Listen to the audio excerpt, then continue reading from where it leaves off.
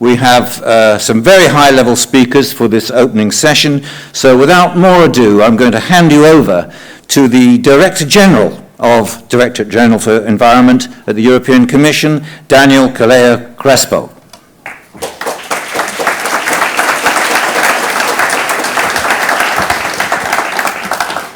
Thank you very much. Good afternoon, everybody. Good afternoon, Brussels.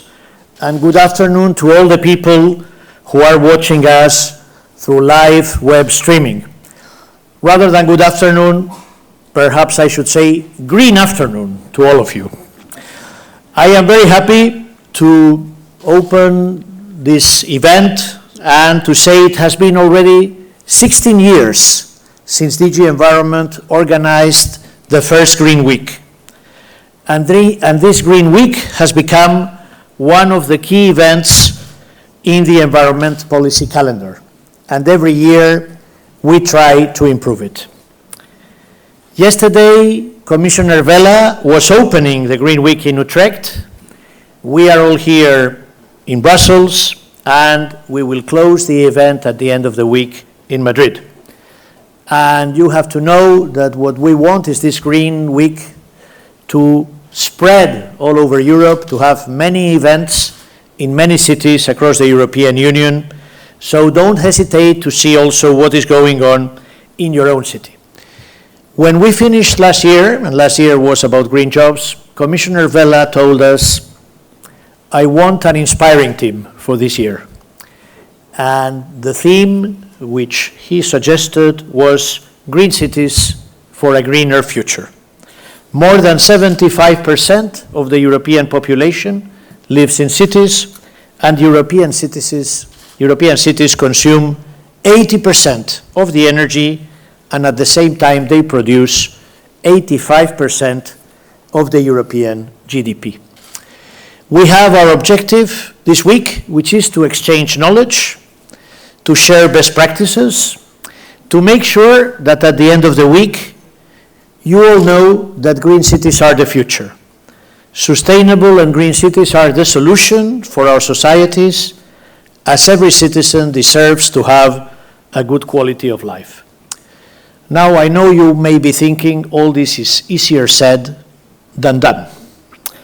So, although it is not an easy task to make our cities greener, to make them more sustainable, to make them less pollutable, I think it's very important that we realize that this is not an impossible goal. And this is what we are going to do during this conference. We are going to identify the solutions, and we are going to cover all these aspects. You will be able to attend sessions on the importance of smart public procurement. You will see how the engagement of enterprises, of politicians, of NGOs is key. You will hear from the mayors, you will hear from the different stakeholders what is the vision in order to succeed. Now, I am not going to say anything more, because what I would like now is to invite Commissioner Carmenu Vella. We are delighted that from Utrecht he came over to Brussels, and he will officially open the week. He will deliver the keynote speech, and we are very pleased that he's here with us. We know he will have to go to another official event immediately afterwards, but we are delighted that he's here to do the official opening. Mr. Vella, you have the floor. Thank you.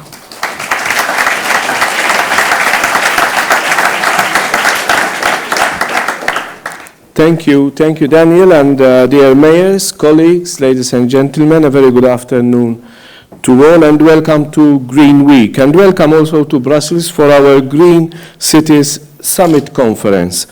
Over the next 3 days, we get to share our visions of what makes a sustainable city and how we can really make it happen.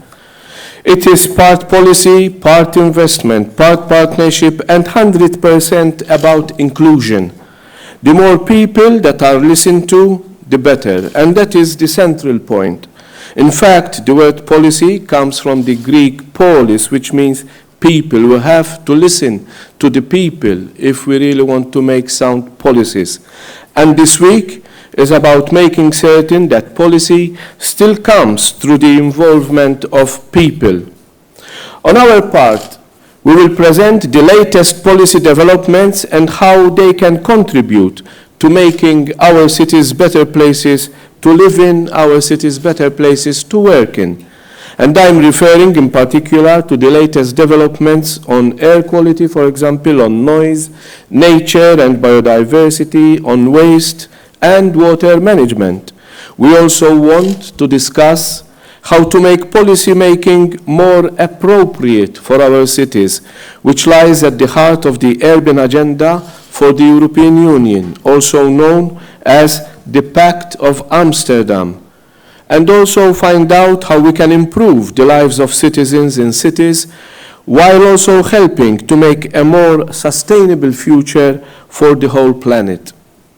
We invite you to share your experiences and to share your ideas on how you think we can make sustainable urban planning become the norm across Europe.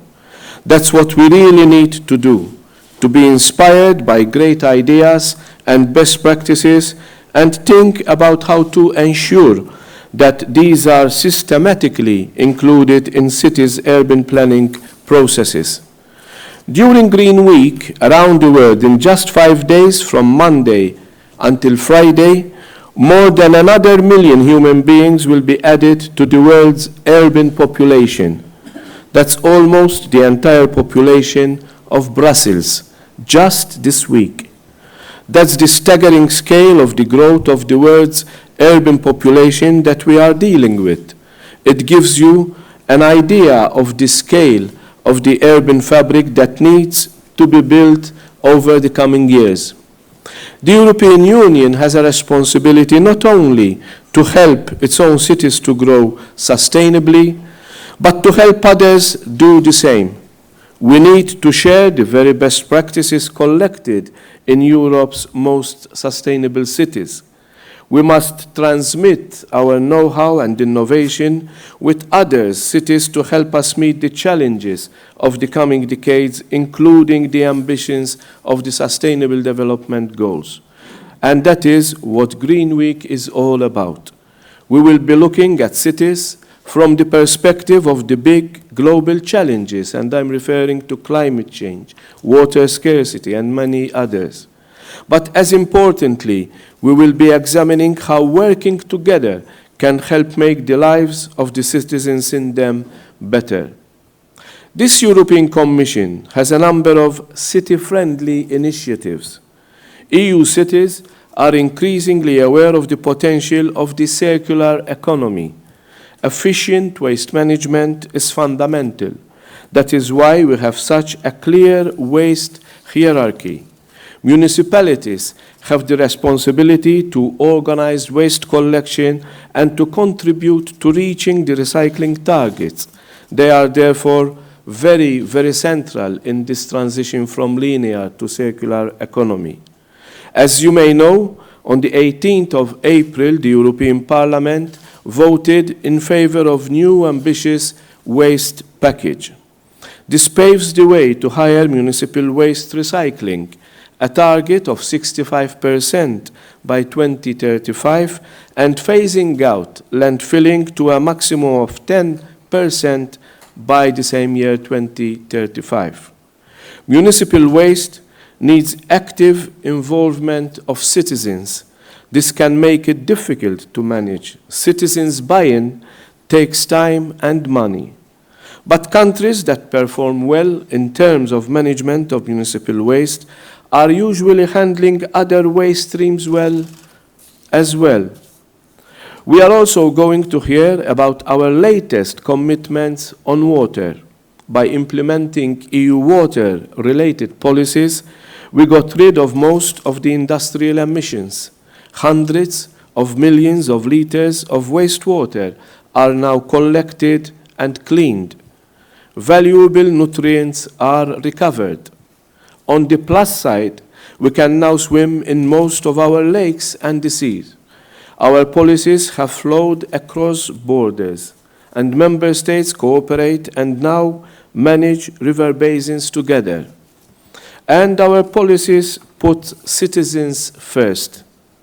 On the 1st of February, the Commission proposed new rules for drinking water. This proposal is also a strong recognition of the European Citizens' Initiative Right to Water, an initiative which garnered 1.4 million signatories. Our proposal ensures that tap water is perfectly safe and healthy everywhere in Europe, a great result for every person living in the European Union.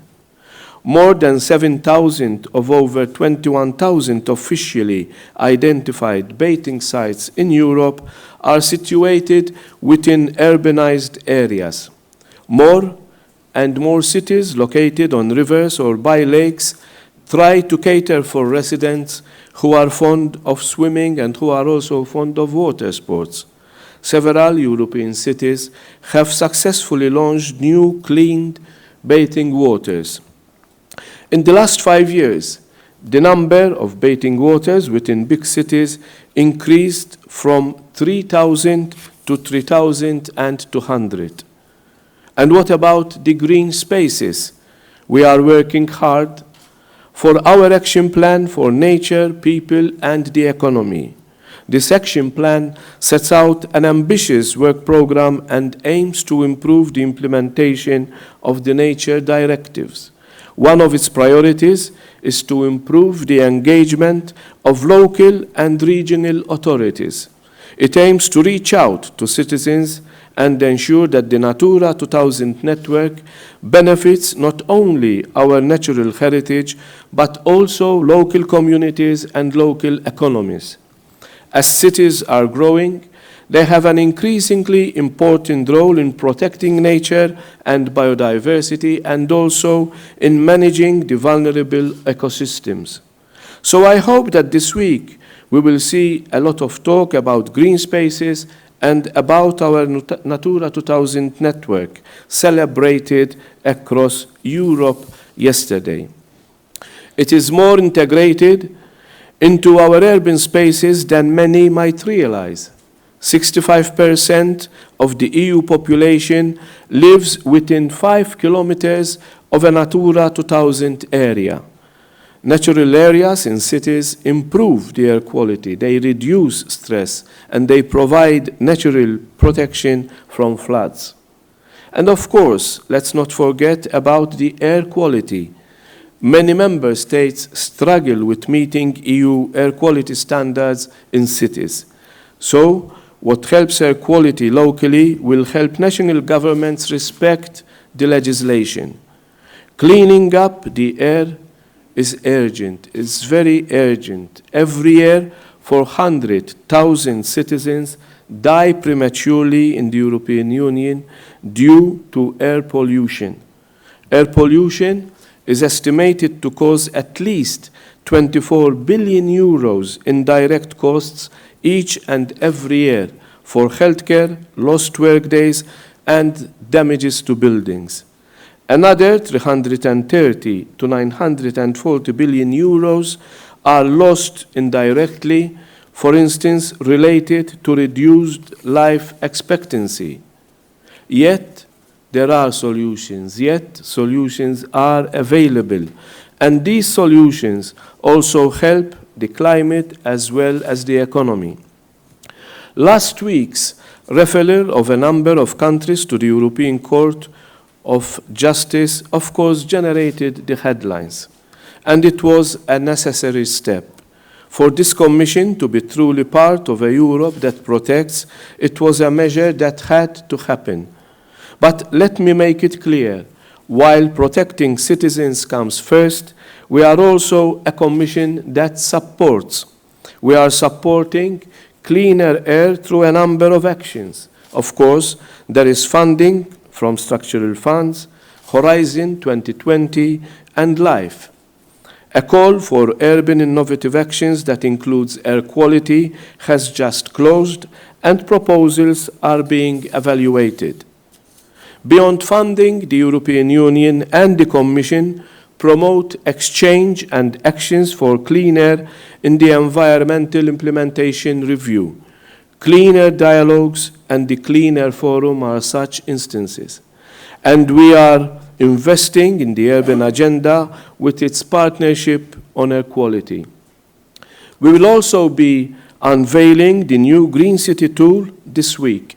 This tool, developed by the Commission, is both a simple, very simple self-assessment and benchmarking tool for cities, and it's a source of information and advice for anyone wanting to learn more about how we can make cities greener and how we can make our cities more sustainable. It is all about city governance and the approach taken towards sustainable urban planning. Cities can use the tool anonymously or, if they wish, register themselves officially and put themselves on the Green City Map. This can act as an innovation for cooperation between cities, and I urge you all to take a look and to have a go at this application.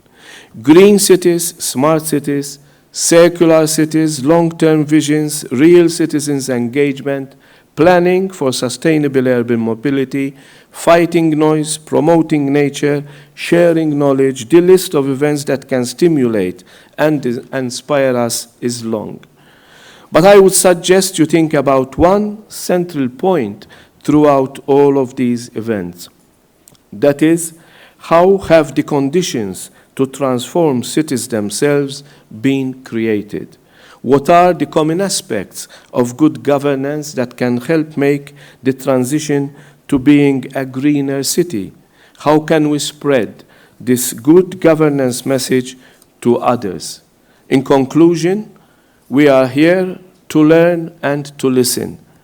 This is part of the urban agenda for the European Union, which has already seen 12 partnerships established in key areas of urban policy, such as the circular economy, urban mobility, and air quality, which are already seeing cities, member states, the Commission, and businesses and NGOs working together to produce action plans to make our EU policies better suited to our cities.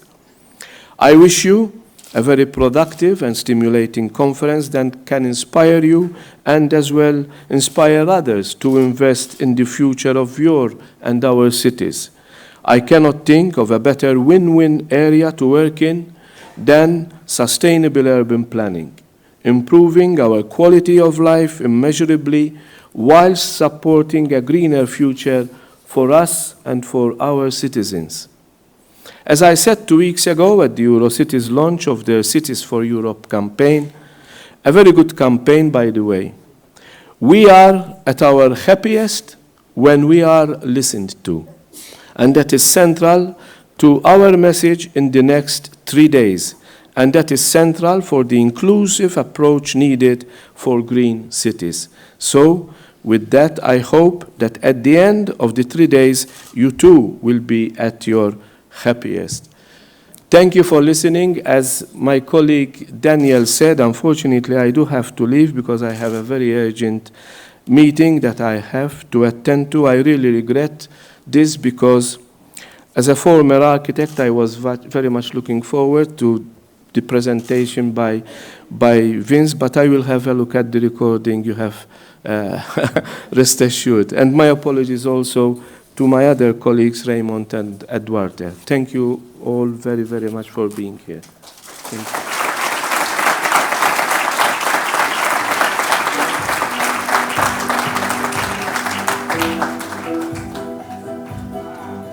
you. Utrecht is happy to host, together with the Netherlands Environmental Assessment Agency, the official opening of the EU Green Week, ready to inspire and to be inspired by cities all over Europe and the world.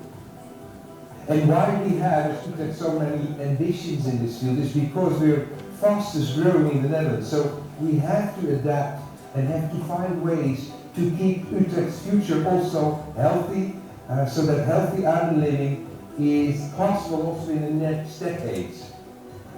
The 21st of May is the day that we celebrate the fact that almost 1/5 of our continent is nature protected at the European level.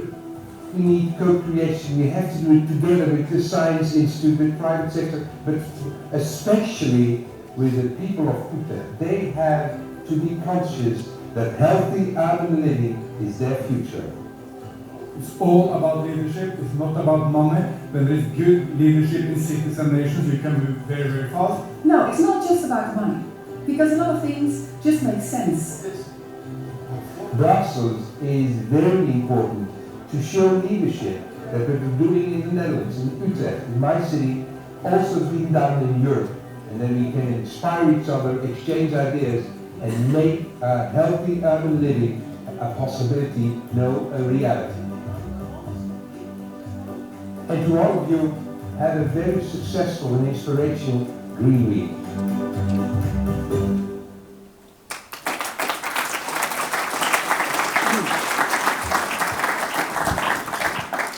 Thank you very much, and that was a very inspiring video. Thank you to Utrecht also for opening yesterday our Green Week. And we are now going to continue our first session on the challenges and on the opportunities of the urban environment. And I would like now to invite our first speaker, but let me say a few words about him. Vincent Calbeau, or Vincent Calbeau in international pronunciation. Before arriving here, I was reading his curriculum. He founded Vincent Calbeau Architectures. He has so many awards that I stopped counting after 14. And if we speak about publications, he has so many that I wouldn't even try to count them. But the most important thing for us today is that he describes himself as an archaebiotect. I think we would like to know more about what this is. He has a vision, and he's challenging conventional ideas and pushing architectural boundaries. And he's taking green and sustainable design to the next level. So I know he wants to share with us the changes in cities, how different they are now, and his vision for sustainable cities of the future. So may I invite Vincent to take the floor? Thank you.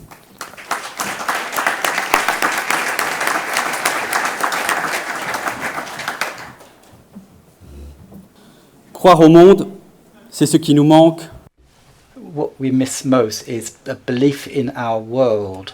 We've lost the world. We've been dispossessed of our world. That comes, this quote, I think, summarizes quite well the crisis which we are facing today. An economic crisis, a political crisis, and an environmental crisis.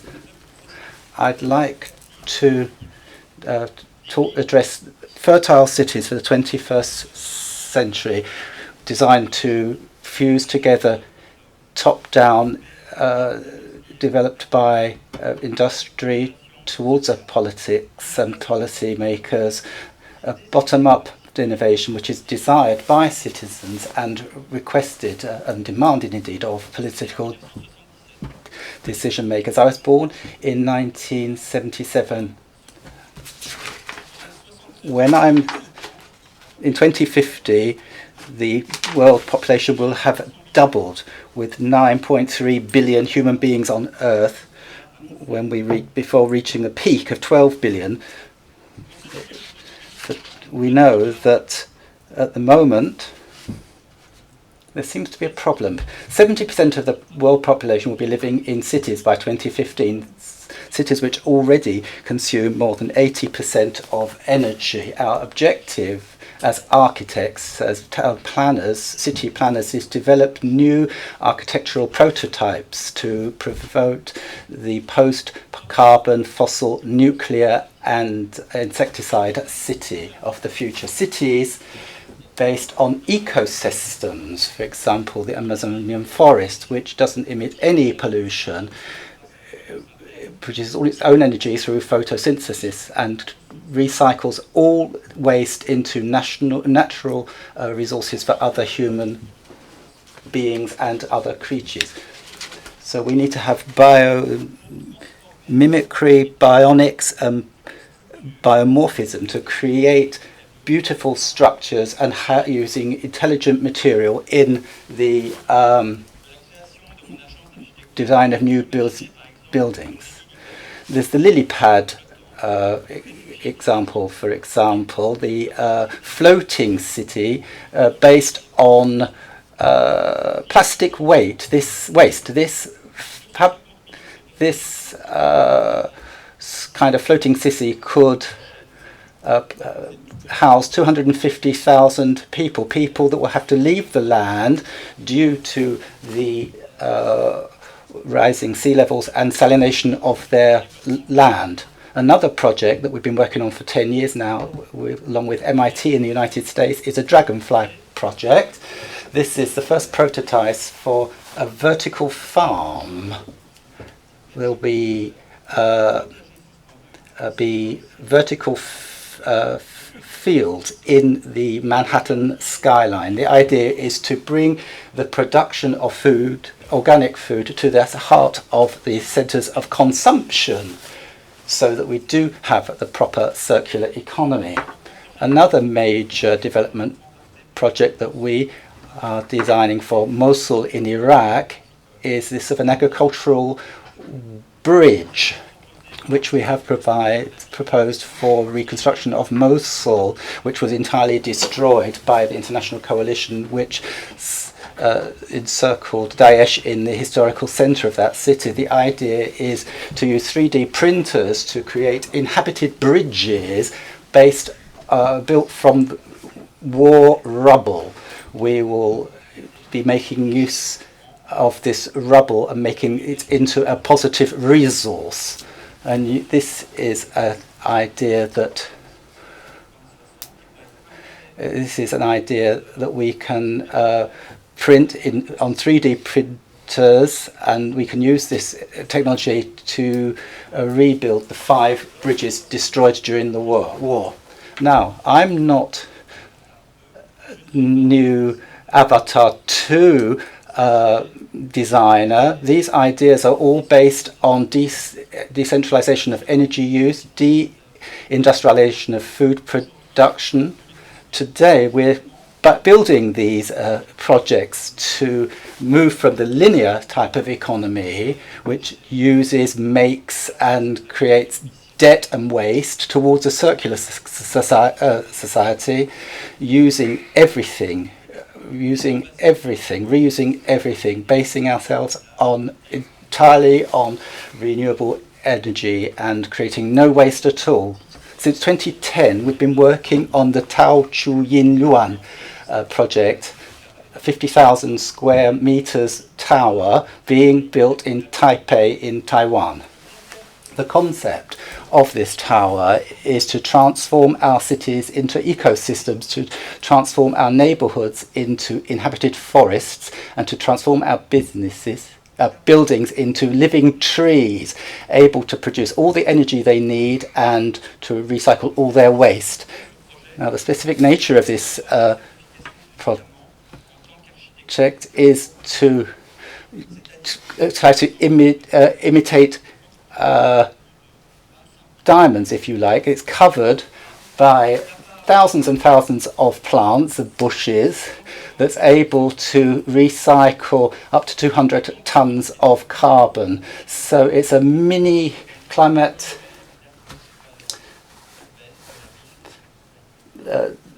project to change the environment in Taipei. The idea is to make sure that we have all the advantages of living in the countryside within the centre of our cities, with private apartments covered by individual vegetable gardens. All this is based on renewable energy. There's an aeolian solar panel system with triple glazing, and the idea is to produce all the energy that's needed for the air conditioning. And through to the bathing plants, we can have natural bioclimatization of the apartments, and using the wastewater from kitchens and bathrooms, that water is recycled to be able to automatically water all these 10,000 square meters of gardens in the air. And this is going to be built on the biggest seismic fault line in the world. And the building will be able to survive earthquakes up to 10 on the Richter scale. So it's going to be an ultra high performing building, integrating, apart from renewable energy, a very flexible construction system which allows for 650 square meters apartments to be built without any internal walls. There's a double floor in each apartment so that there can be a kitchen or a bathroom on wheels that can be moved and plugged in wherever the resident wishes. So this is a sustainable idea, and we think this is something that will be able to be adapted as the family unit grows and changes. So it's a very large, if you like, earthquake-proof area. You can see the building it revolves around its axis. The idea is to try to respond to some economic requirements with building this building, using prefabricated elements made in factories, and you can see it's here. You see the shape changes depending on the angle from which you view the building. The project is nearly completed. This is the upper floors. This construction method allows you to have 30 meters length of glasses so that you can have maximum vegetable plant growth. And as I said by way of introduction, once this is completely planted up with its 25,000 trees, it will become a real carbon sink within a very polluted city as is Taipei. Our objective is to try to invent new types of sustainable architecture, to have them patented and to democratize this architecture. And what we do is to try to respond to the requests made by the people engaging us, i.e. the city authorities. We've been able to reduce by 50% the cost of construction of this building. Another major project we are building at the moment is Gate Helepolis in Cairo, the capital of Egypt. The plan is like an island for living that you might find in Brussels or Paris, 250 meters square, which contains 1,200 apartments. What's special about this, it's covered by an enormous photovoltaic and thermic canopy which will warm water for the inhabitants. That's the blue part. And apart from this high-tech technology, we've also built in some low-tech technologies that we've had for more than 3,000 years and can be found in the pharaoh's temples.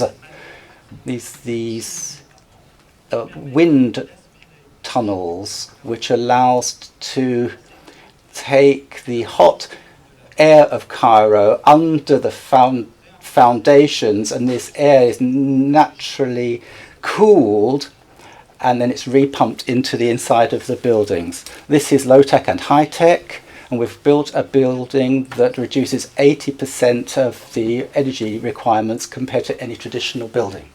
For Cairo, we've also come up with philo lights as a new type of lighting used with these wind turbines on their vertical axis producing this energy.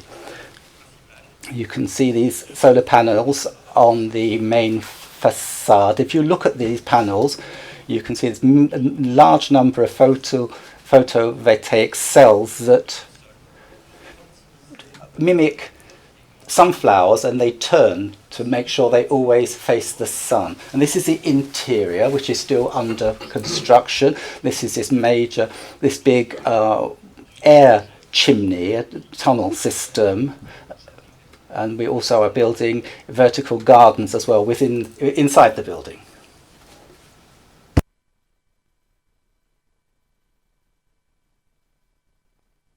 This project that we are is one we're developing in Egypt.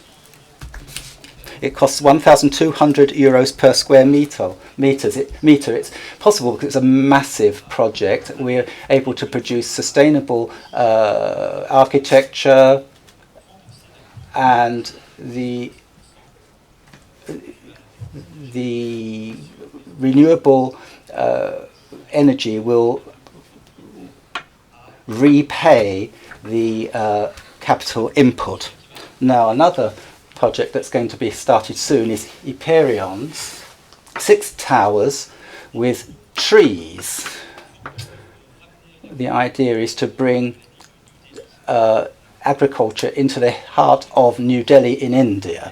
The idea is that the construction will be based on CLT.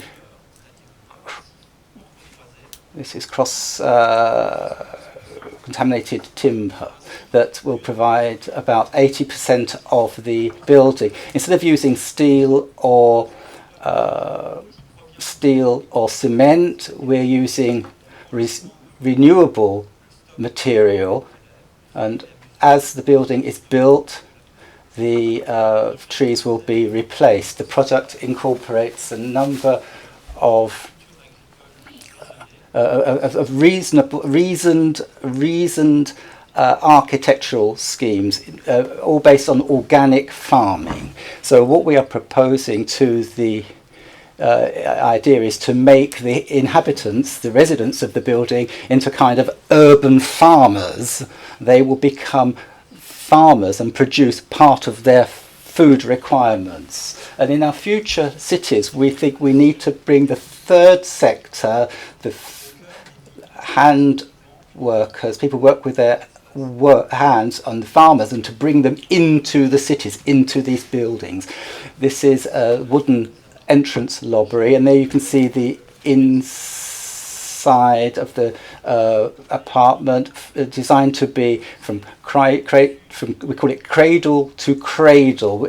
Only materials used are recyclable or recycled. And wherever we're working, we look at the new technologies and whether they are applicable to the substance of our ancient European cities, which are noted for their heritage. Now, the Mayor of Paris has asked us to develop a vision for Paris over the long term. This vision is called Paris Smart City 2050. It's a town planning project designed to get away from the horizontal approach to try to have vertical intensification. So we're leaving the idea of a grey mineral Paris that's at the mercy of climate change, for example, and to come up with a green plant city that bringing agriculture into cities, on the roofs, on the facades, on the balconies, to reduce about 80% or 85% of greenhouse gases over the next 20, 30 years. You can see this is close to Notre Dame. The concept of this study is solidarity, energy solidarity.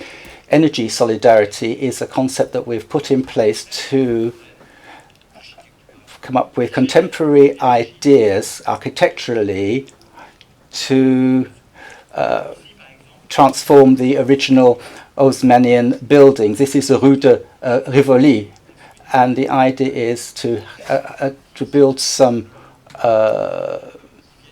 towers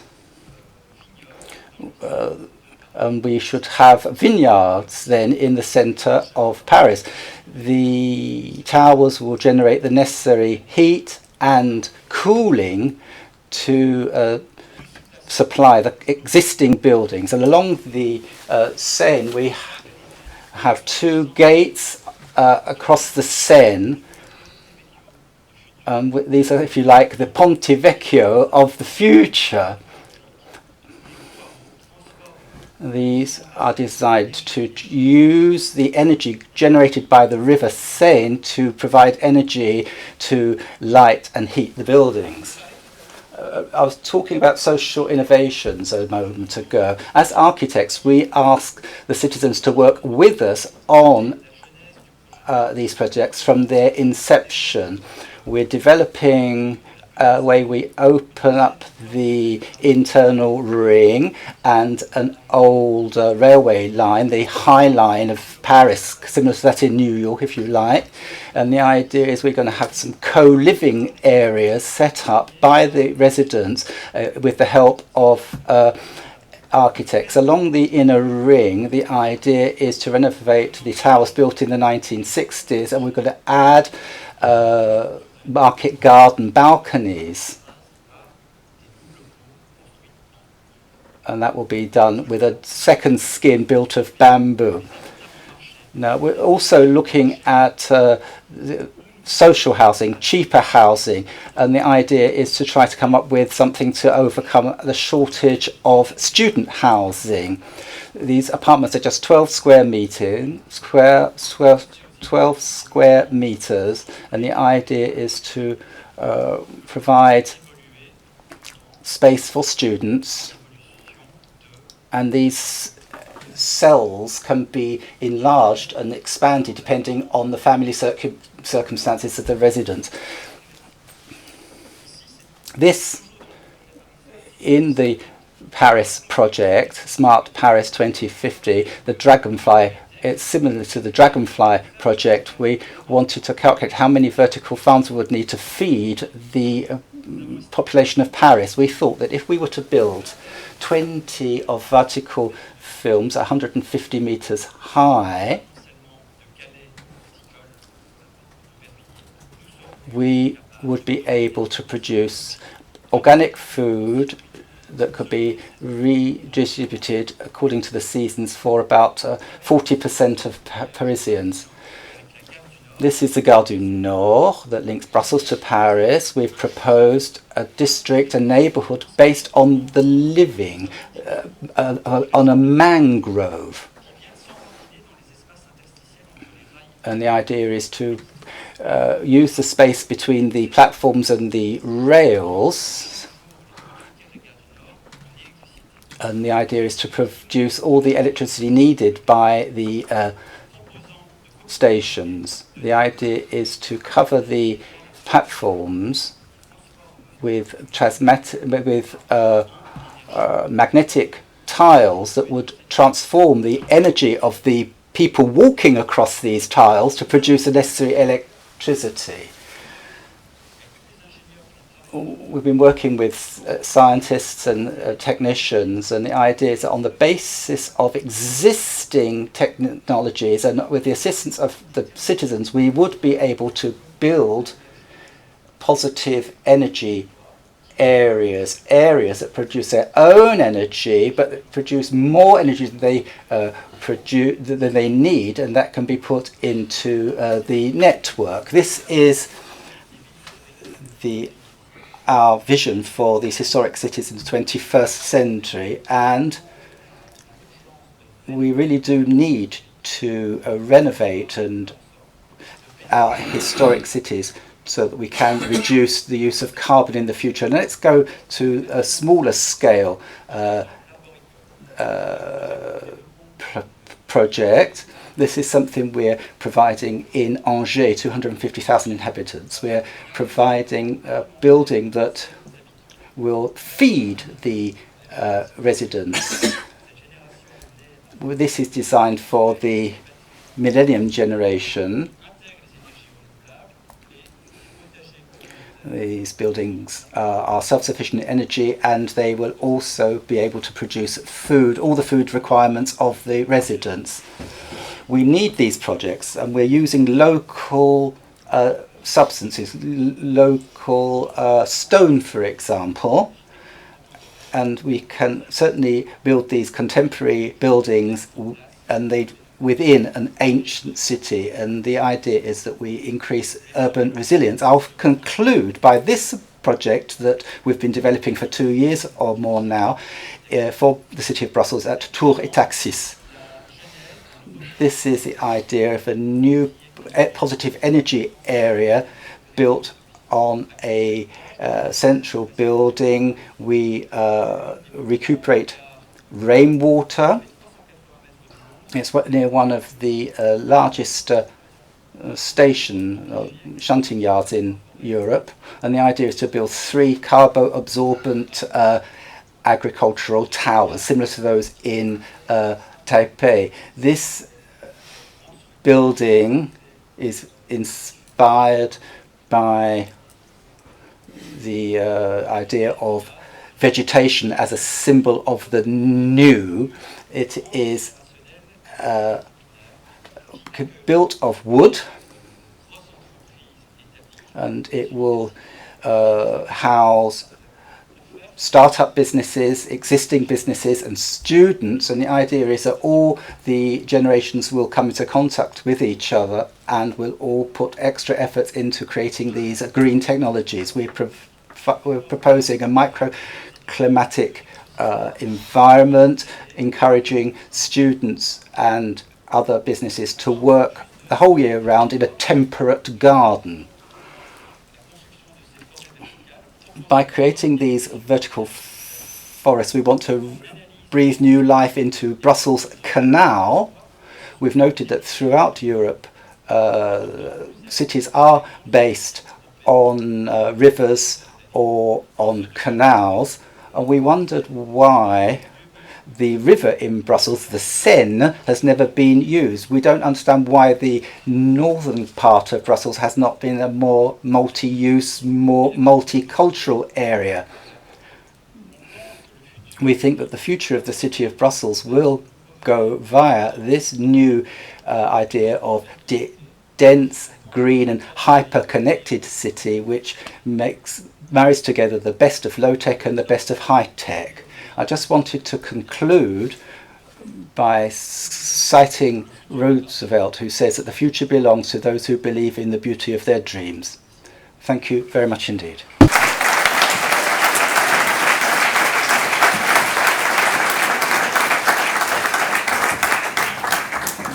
Thank you very much, Vincent. You saw it was worth waiting to have the presentation downloaded. And I think we have better understood what is to be a bioarchitect, because it was really a very, very inspiring speech. And thank you for bringing this vision, and all these projects, all these concrete projects, which show that it is possible to integrate nature, biodiversity, energy efficiency into the dreams for the future of our cities. Having listened to the architect, now we want the mayors on stage. And I would like to invite Mr. Duarte Cordeiro, the Deputy Mayor of Lisbon, and Mr. Raymond Johansen, Governing Mayor of Oslo, to join us, to come to the stage. I think they deserve an applause.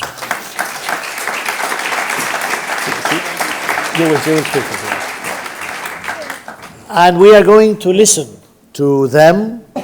We would like to know whether they share this vision and how they are implementing this concept of green cities in their respective cities, in their municipalities.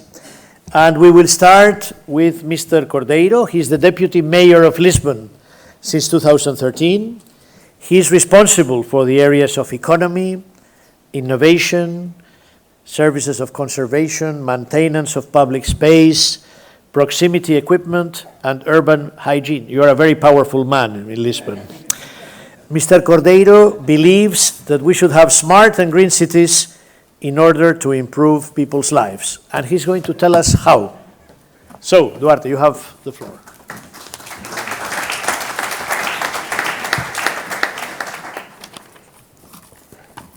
Thank you very much. Good afternoon.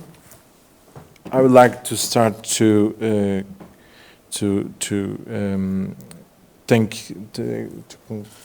say it's a great pleasure for Lisbon to join you in the kickoff of the Brussels conference of Green Week.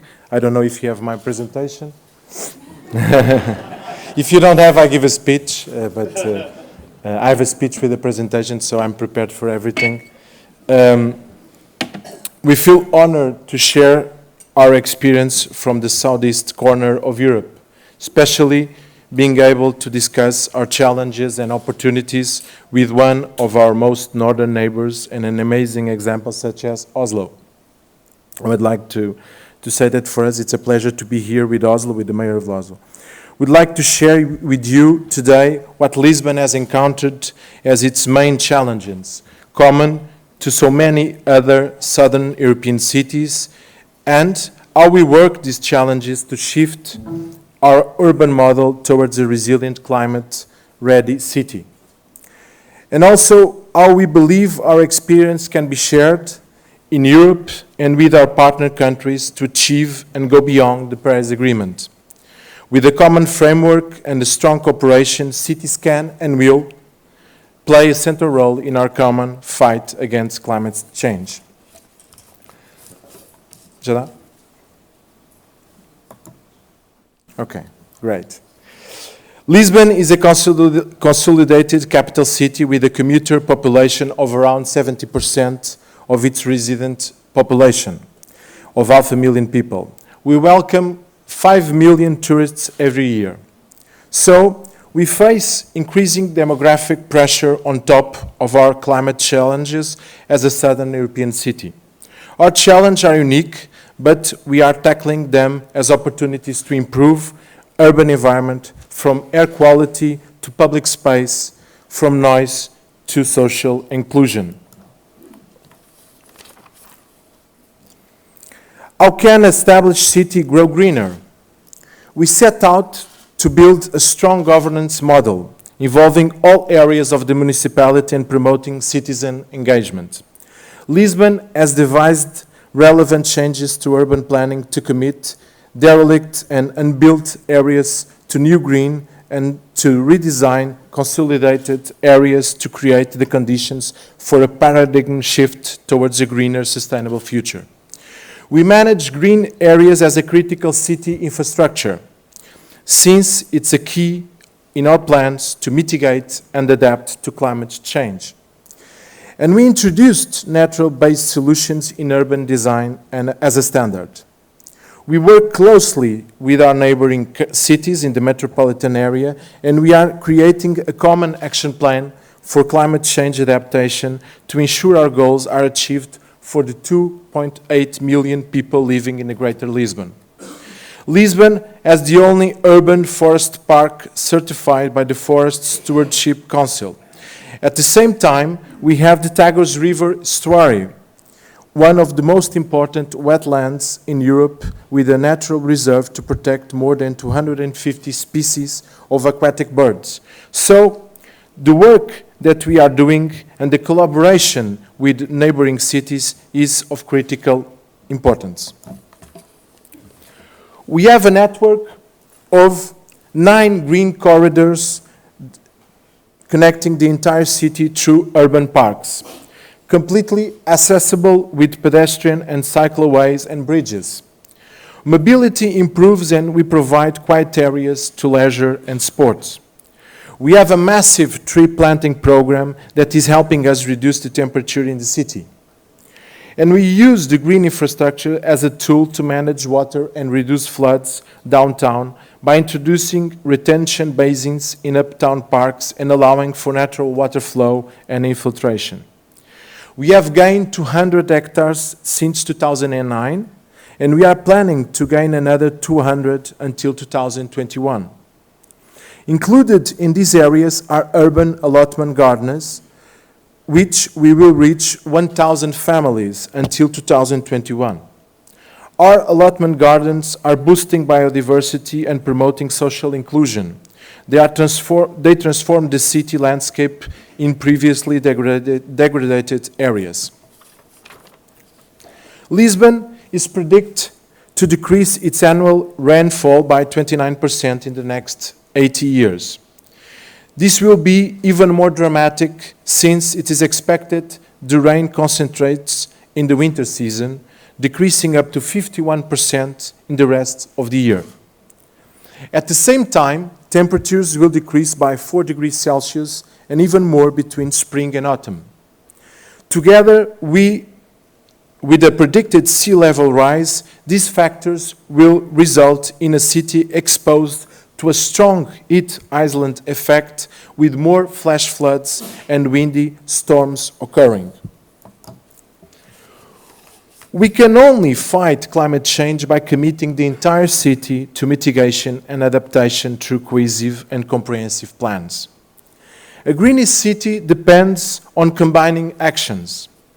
Just like green is made of yellow and blue, a greener city has to be built from its yellow and the sun and its energy, and the blue, its water demands and management.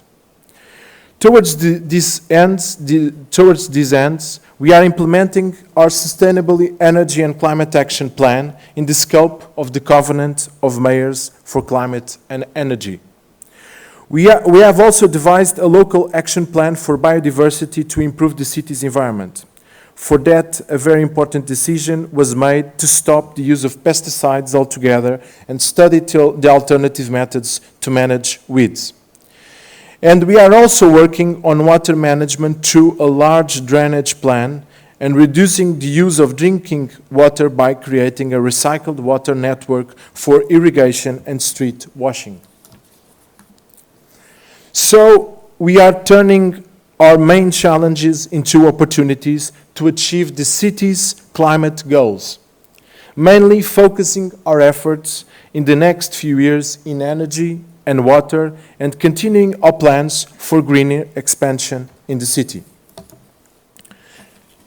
The sun and greenhouse gas are the sources of our heat island effect and temperature increase. But the sun also provides an immense potential for energy production, especially in the south.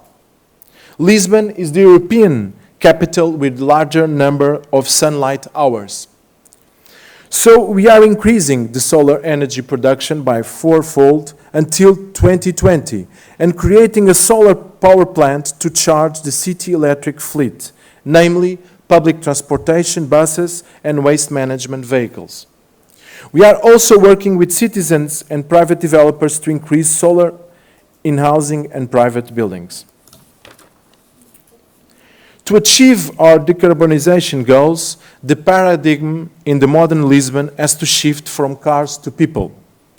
This is the only way a city can grow and accommodate the increasing urban population.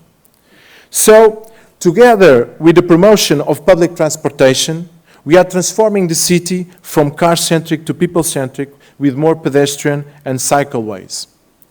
17 of the new areas are ready, the city squares, and we have 17 to go until the end of 2021. Mobility and public transportation solutions together with this public space transformation are improving air quality and reducing noise pollution. And because we created a little bit more green in the process in every city project, with trees in every street and square, we are also creating conditions for temperature decrease. On this image on the right, you see before and after we changed this square in the center of the city. You had cars and now you don't. It's easy to see. In terms of mobility, we are, as we know, I don't know if there's any other city as we have, I don't know if Oslo also has it, we have the combination of all three sharing solutions for electric vehicles. We have bikes, we have scooters, we have cars, and we have electric public transportation fleets. This is the only way cities will be able to follow the pace at which urban population is increasing and still provide quality of life. We also have to work towards an energy efficient city. We have fully converted the traffic lights into LED through an innovative financing mechanism with private investors, and we are on the fast track to have over 50% LED street lighting until 2021. By 2030, we'll be saving 67% of the total energy consumption. In terms of building efficiency, we are implementing self-sufficient public buildings with solar solution and overall 30% reduction in energy consumption. And we are testing innovative financing mechanisms for combining energy and water efficiency with the National Energy Agency. This will create new efficiency standards for climate-ready buildings and neighborhoods. We believe this will be an innovation which will be able to replicate in the entire country, but also in other EU partner countries. Another critical aspect of the climate change scenarios predicted for the South is water shortage. We set up an ambitious, innovative plan, which we recently submitted to the Urban Innovative Actions Programme to close the urban water cycle in Lisbon. We want to grow our green infrastructure, but we don't want to compromise the pressured drinking water supplies. This delicate balance can only be achieved by using alternative water sources. So we turn to treated wastewater. We are designing a network that will cover irrigation of green spaces and street washing. At the same time, we are modernizing irrigation systems for higher efficiency and choosing solutions such as rain-fed biodiverse meadows to create green spaces that require no water for maintenance. Altogether, we manage to grow our green by 200 hectares while reducing drinking water consumption by 38%. We are now planning another 200 hectares of green areas using more recycled water. Water shortage will be a central issue for the Southern European cities, and also for a lot of African, South American, and Asian cities.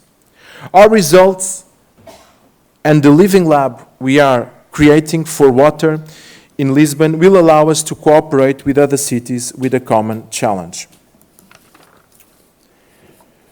No aspect of our urban policies can be achieved without introducing innovation and fostering an entrepreneurial culture. It is by joining our challenges to innovative solutions that we can move faster. Lisbon has invested itself in becoming an innovation hub. We have created a vibrant entrepreneurial community. This is a key aspect of how we are evolving so fast and can continue to do so. Our circular economy ecosystem is a good example of this, with projects like repair cafes and zero waste labs growing steadily. We have also invested in research projects devoted to our main waste management challenges in collaboration with other European cities, reducing urban waste in tourist cities, fighting food waste, and introducing pay-as-you-throw models for waste reduction in Southern Europe. Last but not least, underpinning all our strategy is a strong governance model. Having a greener Lisbon is a personal commitment from the mayor, but also for all the city councillors. From urban planning to housing, to mobility and waste management, we are all contributing to our greener goals. And sometimes, as you can see on your right, that also implies that the mayor has to plant some trees. To support the city green transformation, we have developed a strong financial plan, devoting a significant part of the city budget and complementing with the European Investment Bank financing for electric mobility and for the city drainage plan and recycled water network. For you to understand, the city drainage plan is the biggest public investment in Portugal. It's an investment of 180 million with a life expectancy of 100 years. For the tunnels that we are creating under the city. We have also built a network of partnerships to several Horizon 2020 projects devoted to sustainability and climate change. We believe that collaboration between cities is critical for the shift we have to make collective to fight climate change. We have devoted the last 10 years to build a different urban model towards a city adapted and resilient to climate change. We can only grow greener because we developed policies for energy and water in a common framework. We have many common challenges with the most southern European cities, and we believe we are working towards solutions that will benefit our other EU and external partners. We started in the midst of a financial crisis, and we leveraged the lessons learned to become a driven economy. Our transformation rate and the positive indicators have earned us the honor to being amongst the finalists of the European Green Capital 2020. In itself, being a finalist is already recognition that our policies and commitment paid off, but we still have many important projects underway. This year for Green Week, we organized 2 partner events in Lisbon, a Botanical Gardens International Congress, and a festival devoted to solar energy solutions. In 2019, Lisbon will host the European Climate Change Adaptation Conference. In 2020, if you are awarded the European Green Capital, we hope to welcome you all in Lisbon for one of the many events to share and what we have learned and to learn from all of you. Thank you very much and hope to see you in Lisbon.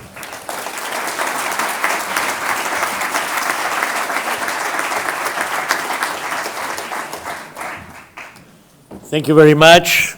I think we are all interested in going to Lisbon after this presentation. But from the south of Europe, we are going now to the north because we have with us the governing mayor of Oslo since 2015. Raymond Johansen was 30 years old when he was appointed to the city government in Oslo as vice mayor for transport and nature preservation. So he has a great experience in politics, working for the cities, working for the citizens, trying to identify solutions. Next year, Oslo will be the European Green Capital 2019. So congratulations. And we know you have very ambitious goals for the future development of Oslo, and you are going to share with us Oslo's vision. Thank you.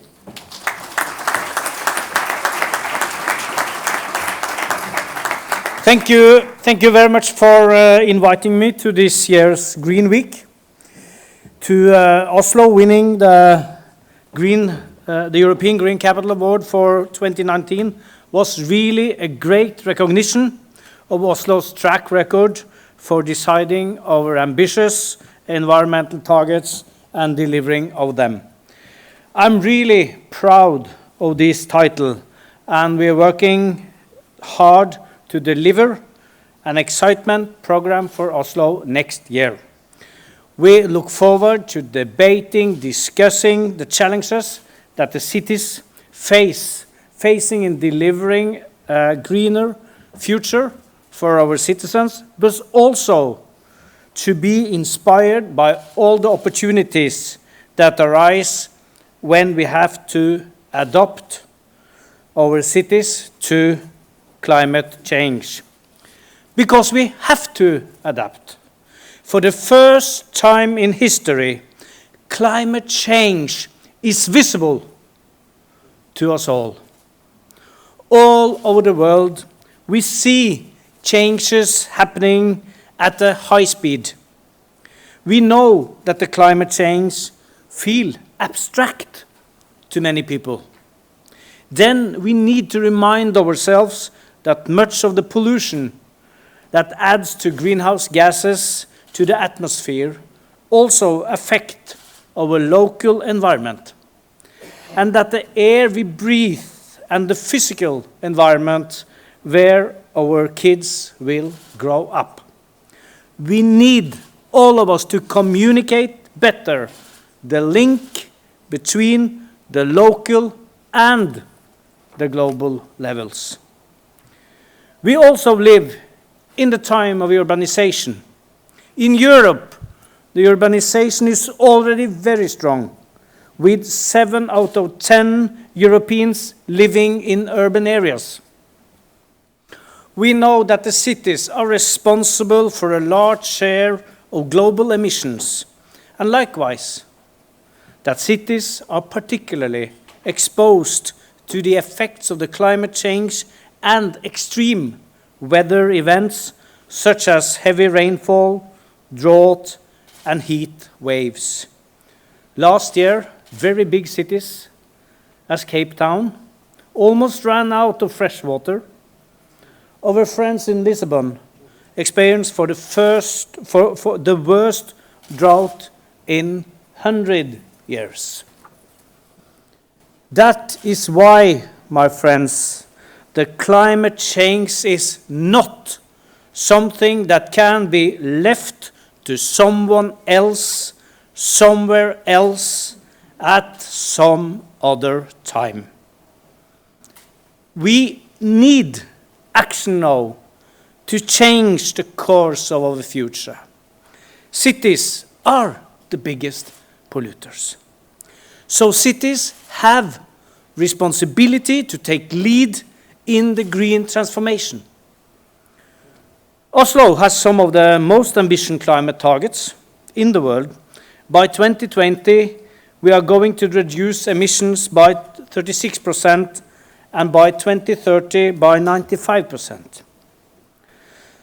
Our most important governance tool is the climate budget.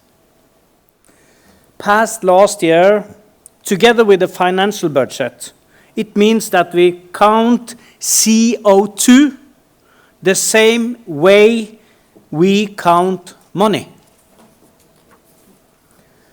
The ambition targets will also require that our citizens and businesses community do their part. The city government only control 4% of the total emissions in Oslo. So we cannot make the cuts ourselves. But through governance, we can facilitate that they take their place. 60% of all the emissions in Oslo come from transport sector. Car traffic is also the main cause of air quality problems in Oslo, and cars takes up too much of the precious space. Therefore, dealing with transport-related emissions and changing mobility patterns are the core of Oslo policy. We already succeeded in many aspects. In Oslo, almost 70% of all the daily trips are done by foot, bicycle, or by public transport. Electricity in Norway is per definition green, as it is made from hydropower. This gives us a great starting point for being a pioneer in the electrification of the transport sector. We are lucky, I have to admit. The first quarter this year, 48% of all new cars sold in Norway are pure electric or plug-in hybrids. The number is even higher, at 60% in Oslo. We are proud to call Norway the first mass market for electric vehicles. This is possible through the combination of national and local incentives. National incentives makes the electrical vehicles cheap to buy, while local incentives have made EVs cheap and convenient to use. In Oslo today, we have 6 fully electric buses in operation. Next year, as we are the European Green Capital, we will add another 70 fully electric buses, and we are planning full-scale deployment by 2025.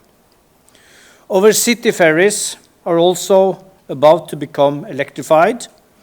The first one will most likely be in service next year.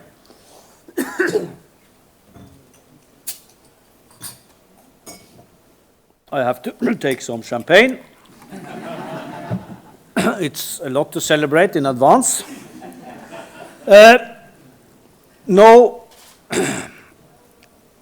we are also working with the market to accelerate the introduction of electric trucks and construction machinery.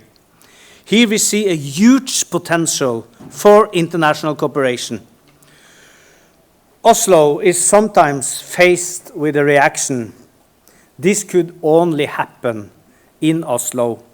We admit that we are privileged position with a highly educated population, low employment rates, and a stable economy. But we can, and I hope we succeed in this, we can take the risk of being first movers and testing new solutions. Then our experiences can help lower costs and risk of the next movers. We also see that many of our actions, such as the climate budget and working with innovative procurement, is not necessarily about finances, but about new ways of organizing and governing, and also to be bold as politicians. It's not any excuses for not using your power with procurement. Every year, Oslo, we have 26 billion Norwegian kroner. We buy goods and services, and we use our power to push the market. And that everyone else can do as well. Innovative procurement, push the market, is a possibility. It's also about political courage.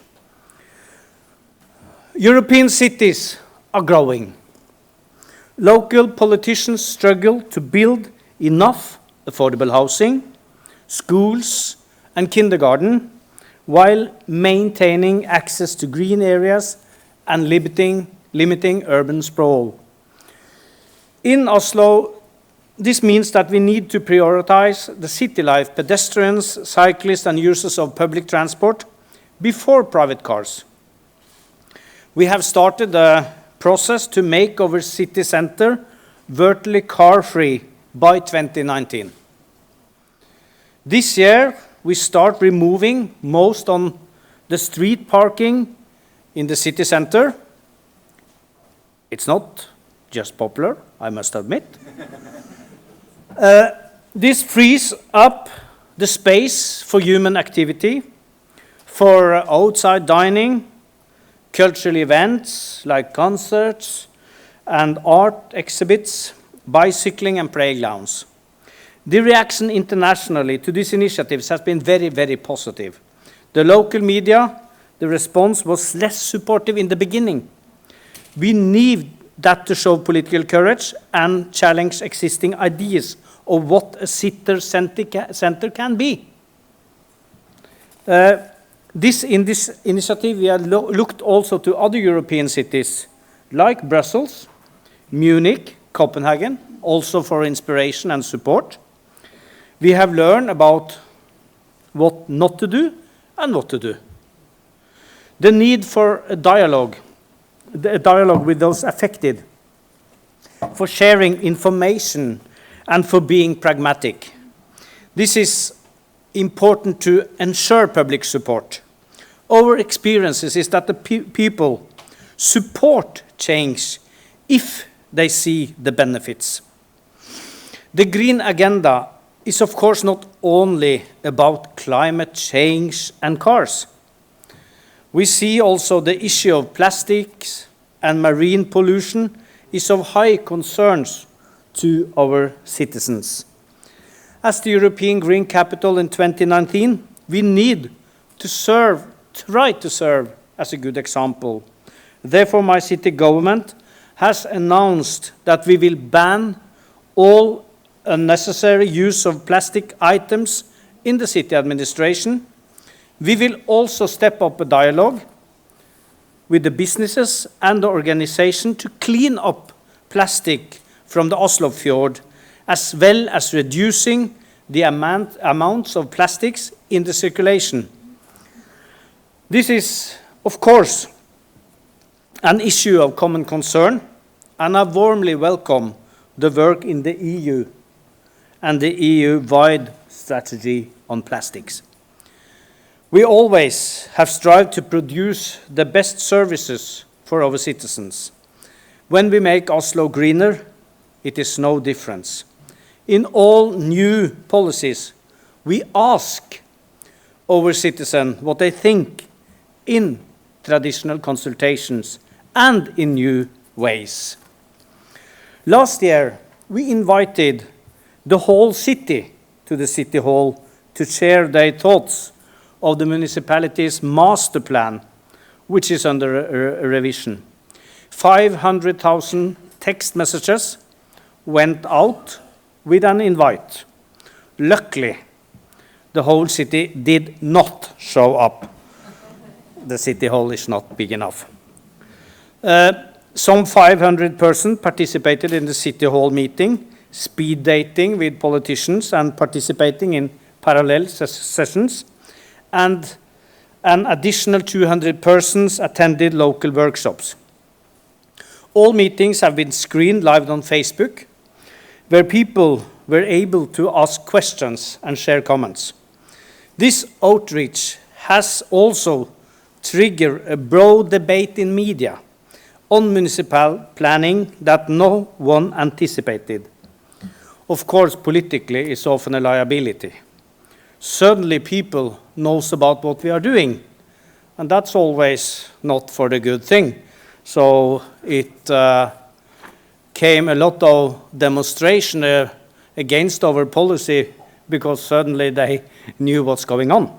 So it's risky business to ask the people what they would like us to do. In forming our Green Capital Program for 2019, we're applying a similar co-creation approach by inviting all stakeholders to contribute to co-create a program of activities. The response has been overwhelming. Reaching out in this way, this inspires great creativity, new forms of cooperation, and an enthusiasm that make me optimistic about the future. I believe that we, as cities, are able to see and act on the opportunities rather than being paralyzed by the challenges. Let's all work together and seize the opportunity to upgrade our cities to the best for our citizens. Thank you very much for your attention.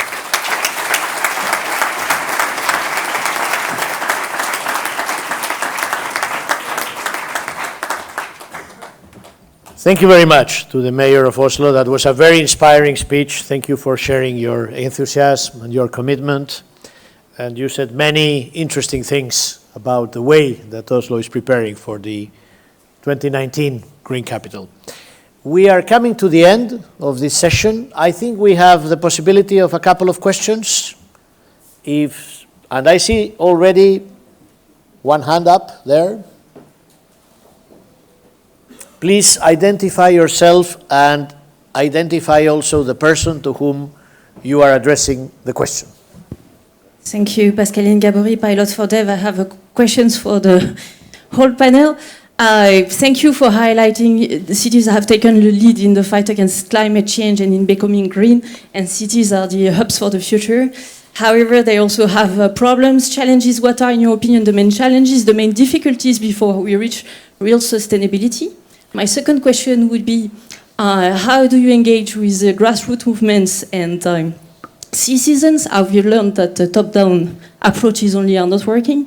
And especially, how do you work with women? Because I see there are not many women in your panel. And finally, my last question will be how, because the Commissioner highlighted the importance of growing urbanization worldwide, how do you help other international cities to identify solutions beyond expensive architectural projects? Thank you. So, 3 questions in one. I think you were cheating a little bit, but we allow it. Main challenges, how do you engage with citizens, with women, which we are not doing in the panel, and international cooperation? You are taking note of the questions. We have another one here. The gentleman here. We are regrouping. You will get your answers, but we are regrouping to have more possibilities. Yes, Robert Wager from And Ecocide on Earth. You mentioned that your energy production in Norway is so green because of blue energy production, and I know that this is an advantage also because of the geological situation of your country. But I know also of the limitations of green energy production via hydropower, and especially if we want to connect further European countries also with the Norwegian energy grid, then there will be much more stress also on the hydropower production, which will maybe reach its limits of sustainability. What's your take also on, even for your country, in your fortunate situation, looking for alternative sources of energy like wind energy or other forms in order to become even greener and lift off some weight of the Norwegian hydropower production? Thank you. So this is addressed to the mayor of Oslo. How do you become greener and less dependent on a particular source? How do you expand to other renewables? And we have a third question. Hi, thank you so much. My name is Hugo Moore, and I work for the French National Institute of Circular Economy.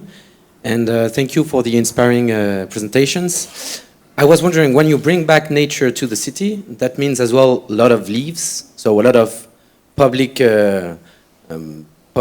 people to actually clean the streets. It means roots. It's going to kind of break maybe the roads or something. And it means, like I see beautiful bugs on the panel here, but I mean it means mosquitoes as well. So all those natures are going to create micro tensions. How do you engage with the population to actually create these movements so they can engage with this nature coming back to the city? So how do we deal with the annoyances of nature? And I think this, we see no annoyances because we are very green, but if there are some annoyances, I think that's also to our colleague, our architect Vincent. One very last short question. Yes, thank you, Marie Gérard, Engie company. Just a question to make the connection between all the projects Vincent Calbaut presented to us and the cities. The question is, how would you integrate the Vincent Calbaut project in your cities in order to reach your objectives? Okay. So now there's a big challenge because there are many topics, but our panelists are so good that they will reply in the next 5 minutes because it's the time we have before the coffee break. So you are not allowed to long blah, blah, blah, blah. You go to the point and you answer very, very concretely the different points. Who would like to start? Duarte. I can start. Lisbon. Yes, let's try to see if I'm very efficient. First, main challenges are pollution, our mobility, the change between a mobility that pollutes a lot to a mobility that doesn't pollute, that is green.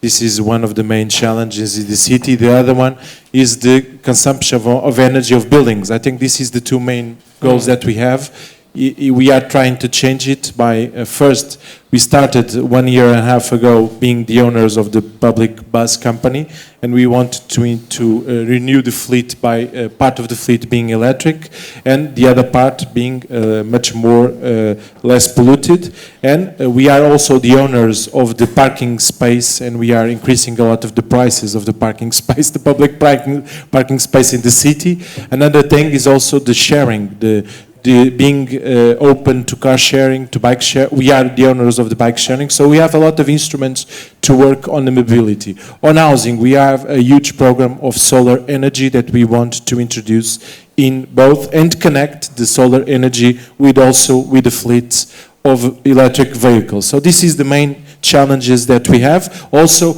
with all, the investment in water and the using the new ways of recycling water. How do we engage? We created a lot of councils, so we work with the NGOs, we work a lot in co-creation with them. They are a part of the construction of our plans. We also are in a lot of international projects. We have the lead of some projects. We are in other projects in cooperation. We have a lot of opportunities to understand a little bit how the others are doing and learning with the other cities, and also to let the other cities to know what we are doing. Women. The person that is in charge of the Agency for Energy in Lisbon is a woman, and she's with us here, so we have also women in charge of our strategy. In terms of circular economy and the annoyances of the evolutions, we are not yet there. We hope to have that problem soon, but we are not that yet. We don't face yet these kind of problems. How can we integrate the new architecture visions? We have a huge project for creating affordable housing, for affordable student also housing, and we are very open to this kind of sustainable approach for architecture. We are also creating a new hub for entrepreneurs, and we already want to introduce in this kind of projects the sustainability as a requirement for the project that are presented. So we are introducing that as a requirement. We do a tender, when we do any kind of new project, we introduce sustainability inside of the project. Of course, we don't go yet to the vision of Vincent, but if Vincent wants, he can come to Lisbon to challenge us. Thank you very much to everyone. Thank you.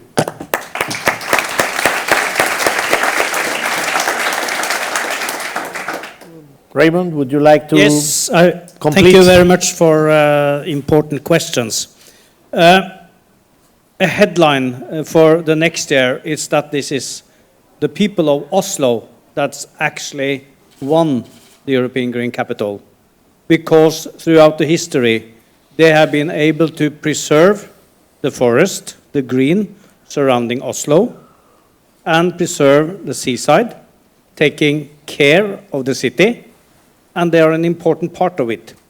So the civil society, included the different parts of Oslo where they live, are very instrumental, very, very important part of it. Already 168 different organizations, including businesses, have signed an agreement to be a part of the European Green Capital next year.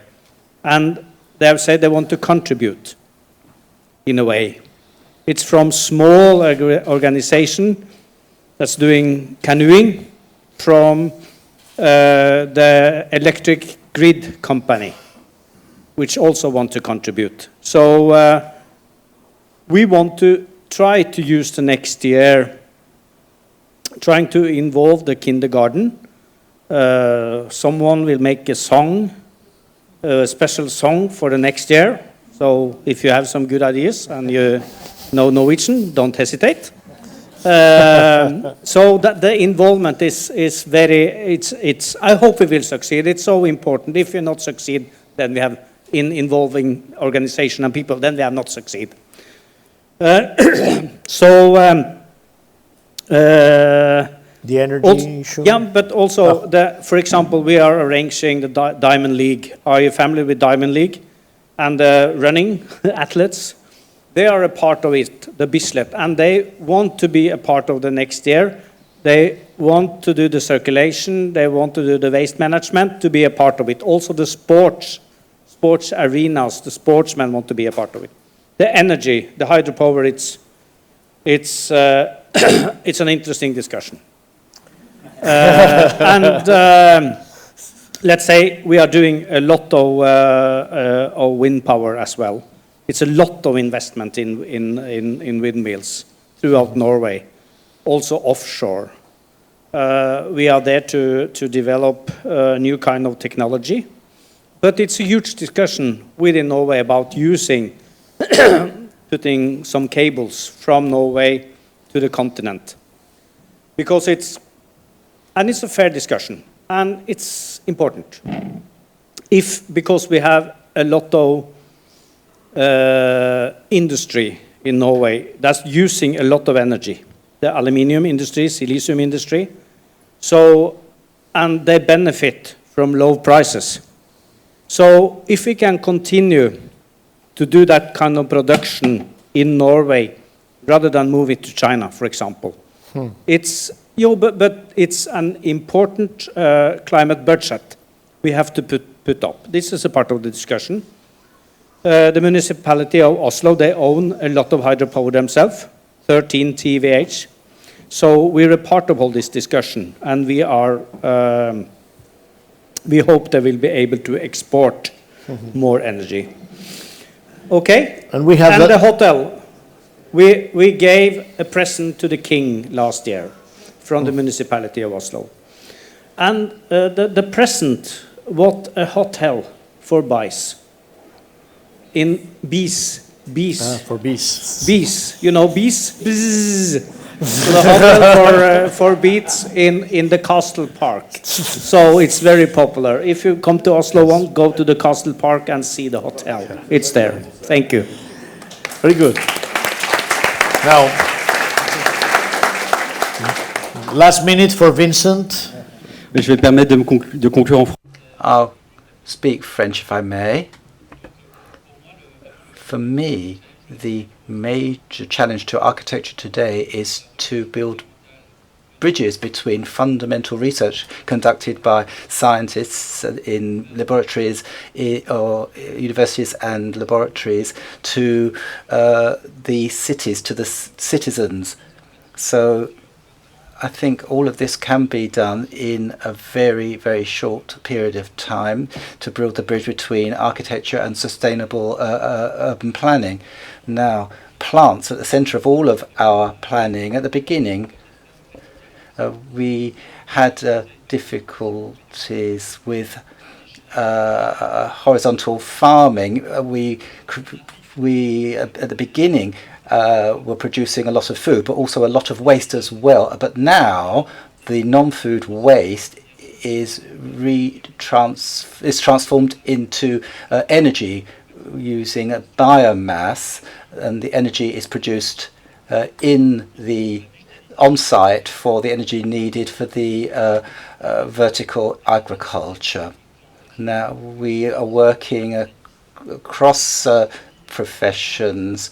So we're working with architects and botanists, etc., so they can choose the best kind of plants and to make sure that the species are complementary as well, so that certain pests can be combated, for example. So we have interdisciplinary research conducted so that we can come up with common responses to increasingly complex problems that present themselves in European ecology today. Thank you.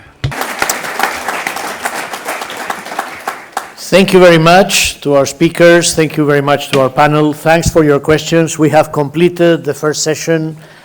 We have heard about the challenges, but I hope you will agree with me that we have also identified many opportunities for the greener cities of the future. Thank you, and the session continues.